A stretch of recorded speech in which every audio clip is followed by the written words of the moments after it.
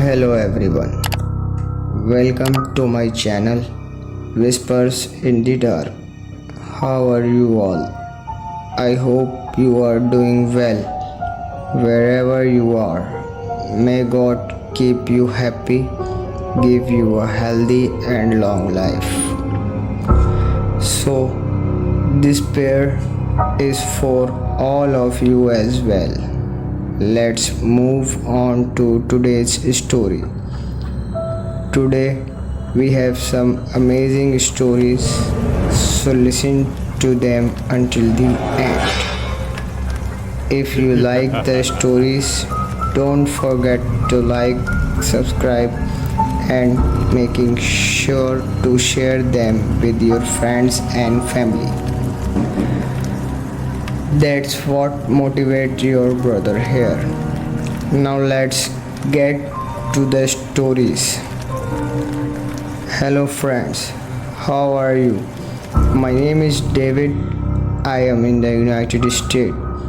The state where I am living is surrounded by the forest. And the story I am about to share with you today is about one of these forests. Before sharing the story,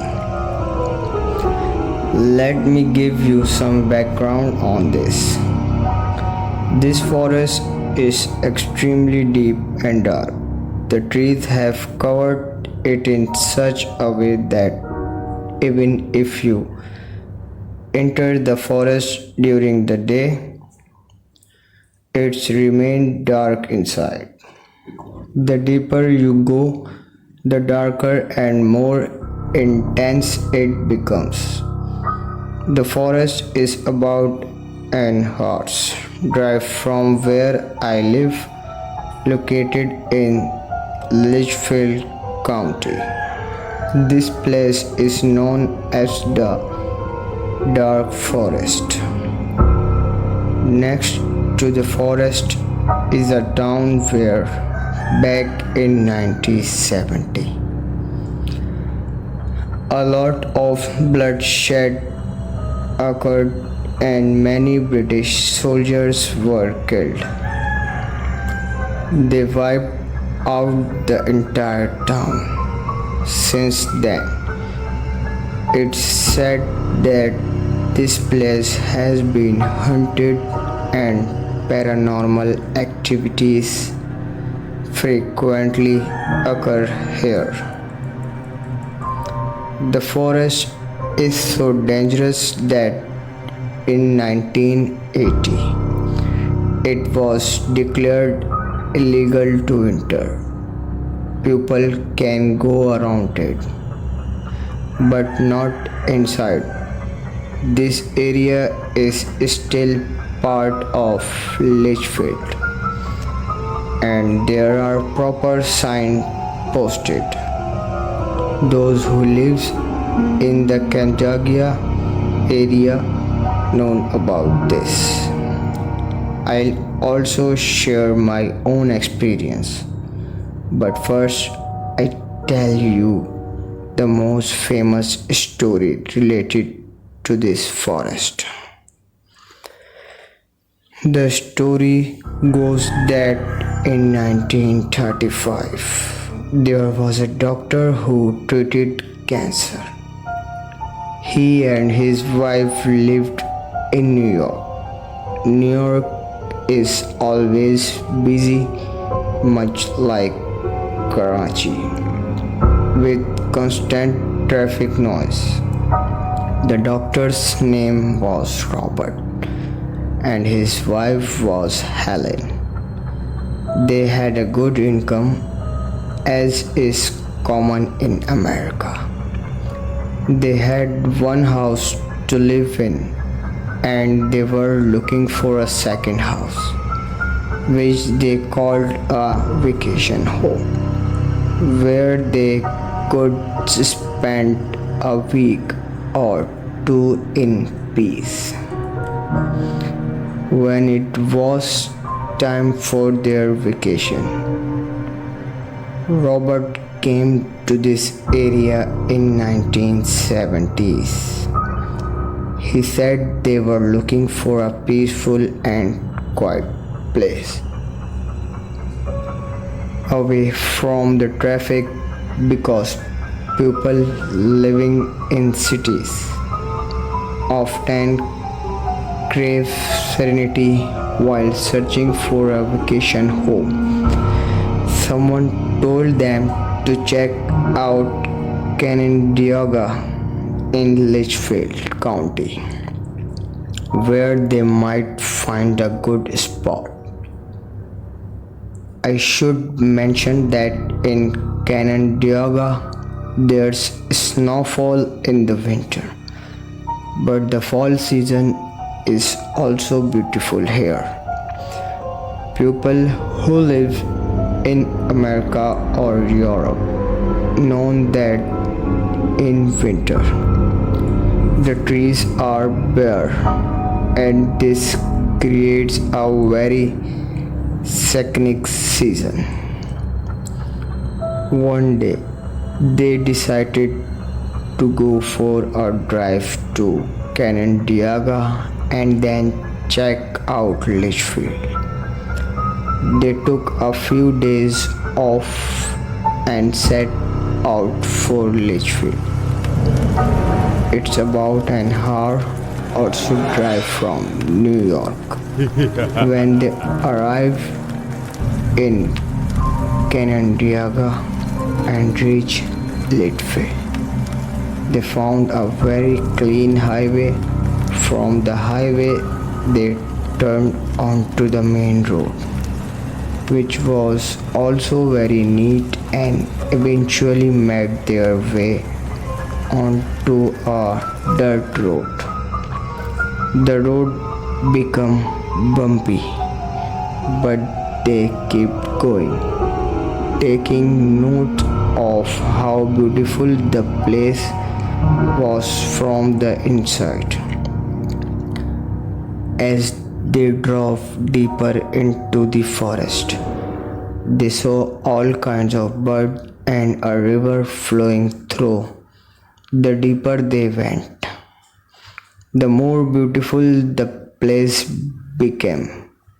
They were getting very excited to get out, and let me take you a bit back and forth here. As they were driving, there was no one around, just the sheer beauty of the forest surrounding them. They were observing all of this and driving further ahead. They noticed an apple tree, and a deer was picking and eating apples because the branches were hanging low. When they reached the place they had inquired about for the plot, they got out of the car, and the sounds of different birds filled the air. The atmosphere was completely peaceful, especially with the hoots of the owls, which felt like a welcoming sound. Anyway, they looked around the plot, and both the husband and wife really liked the place. They moved around a bit to inspect the area and then returned to New York. At that time, there were no phones, so they connected the person selling the plot and ended up buying it. After purchasing the plot, they got in touch with a builder from Canandaigua. However, the problem they faced was that none of the builders they approached were willing to build a house there. Every builder they talked to refused to work in that area, saying they wouldn't take up the job of construction a house there. This was very strange to them. This place was his Canandaigua. There were people around. They had the money to offer, yet no one was ready to build a house there. Robert was a wealthy man, so he used his connections in New York.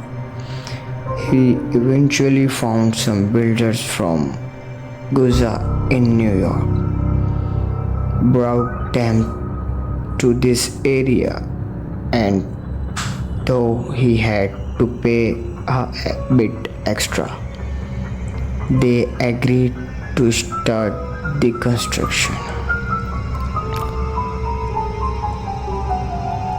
He bought the house in a town located inside the forest, known as Deadly Town.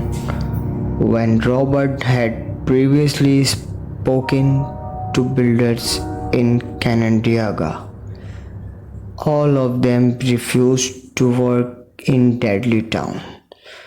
This town once had 250 residents, but all of them had abandoned the place. Now it was just barren land with empty houses where no one lived. Despite that, Robert had his house built, a double-story house on a 2-marla plot, and it turned out to be beautiful. He even had a swimming pool built in front of the house.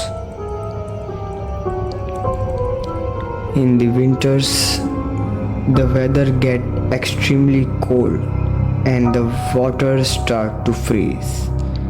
But Robert had installed heating panels in the pool to keep it warm. Time passed, and when he started meeting people and telling them about his vacation home, he began hearing different stories. Since there were no phones or no internet at that time, there were only two ways to get information. Either you'd hear it on the news or by talking to people. As Robert met people at his hospital and clinic, he would tell them about his vacation home in Deadly Town, and people would give him different stories. Everyone had something to say, but one thing was common. Everyone spoke negatively about the forest. They said things like, "This happened in the forest," or "that happened." While people used to live there, they had all abandoned their homes and fled. Yet Robert paid no attention to these stories. Before Robert and Helen moved into the house, there were several incidents that happened to the previous residents of the town. In every house, something strange occurred. One particular family faced a tragedy where all of the male members started dying one by one. Another family's boy began falling ill. A third family faced a series of accidents where the men in the family and even some of the women died, though the strange thing was that only the men were killed in the accidents while the women survived. Now, coming back to 1980, Robert and Helen had spent the summer in their new house, and winter has just begun. They had been living there for about 6 months. Every day, Robert had to travel to New York for his job, and in the evenings, he would return home as his wife Helen had permanently settled into the house. The locals who used to live there had often complained about strange noises coming from the forest. These sounds were eerie, as if some unknown creatures was making them. It wasn't a lion, a cheetah, a deer, or even a goat. And it wasn't a bird either, but the noise was unsettling, strange, and impossible to explain. This peculiar noise became a popular topic of conversation within the town. Time passed, and one day Robert received an emergency call from his hospital. Even though he had taken 2 days off, the hospital informed him that a cancer patient was in critical condition and they needed Robert to come in. He felt bad because he had wanted to spend the time with his wife, but he had to apologize to Helen and leave for work. Helen was left alone at home. Robert reached the hospital around noon, treated the patient, and finally returned home around 9 p.m. As he entered the forest that night, he heard an unusual noise when they first moved in, and even during his daily commutes to and from New York. He had never heard such a sound. This time, there was no welcoming hoot from the owls. Instead, the forest was filling with a terrifying and eerie noise, almost like a tangible fear hanging in the air. Robert parked the car and got out. As he walked toward his house and opened the door, he noticed that the main entrance was slightly open. This sent a wave of panic through him. He ran toward the door, opened it, and stepped inside. The moment he entered, he heard a high-pitched scream that forced him to cover his ears. It was as if someone far away was screaming continuously without any pause, and the sound was so piercing that it was physically painful to hear. Robert sensed that the noise was coming from the second floor. He knew Helen was upstairs, so he rushed up the stairs. There were 3 rooms on the upper floor. As he climbed, he tried to figure out whether the sound was coming from the left, right, or straight ahead. When he reached the top of the stairs, he realized that the noise was coming from the right side, where their master bedroom was located.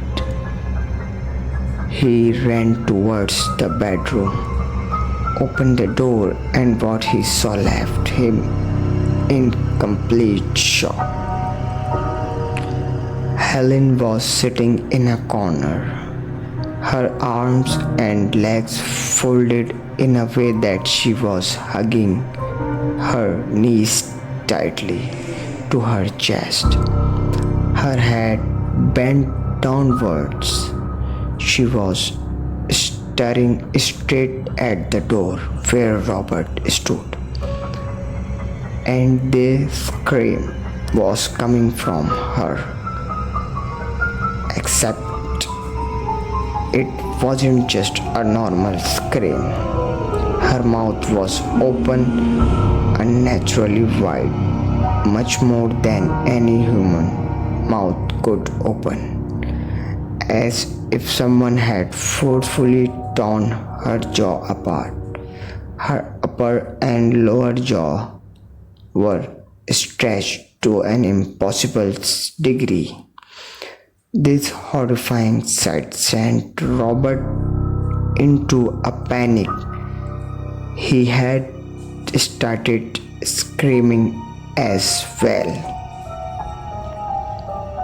He rushed towards his wife, thinking that she might be suffering from some kinds of mental breakdown, completely unaware of any paranormal connection. At the point, he tried to shake her out of it, hoping to snap her back to her senses. However, Helen continued to look at him with unblinking eyes, and a strange, eerie smile crept onto her face. Her mouth remained unnaturally open, and a distributing, giggling sound escaped from her. This was the first incident in the deadly town that became widely known, and it was through this that people started becoming more aware of the strange and terrifying happenings in the area. Some people claimed that after his incident, the couple moved back to New York, where Helen eventually took her own life, but not before killing Robert. Others said that Helen was admitted to a mental hospital, but before that she always talked about a dark shadow that used to visit her, giving her strange messages. When Robert was in New York, Helen would mutter something unintelligible as he, if repeating some dark phrases taught to her by these shadow figures. No one knows the full truth of what happened that night, which is why people believe Deadly Town is one of the most haunted places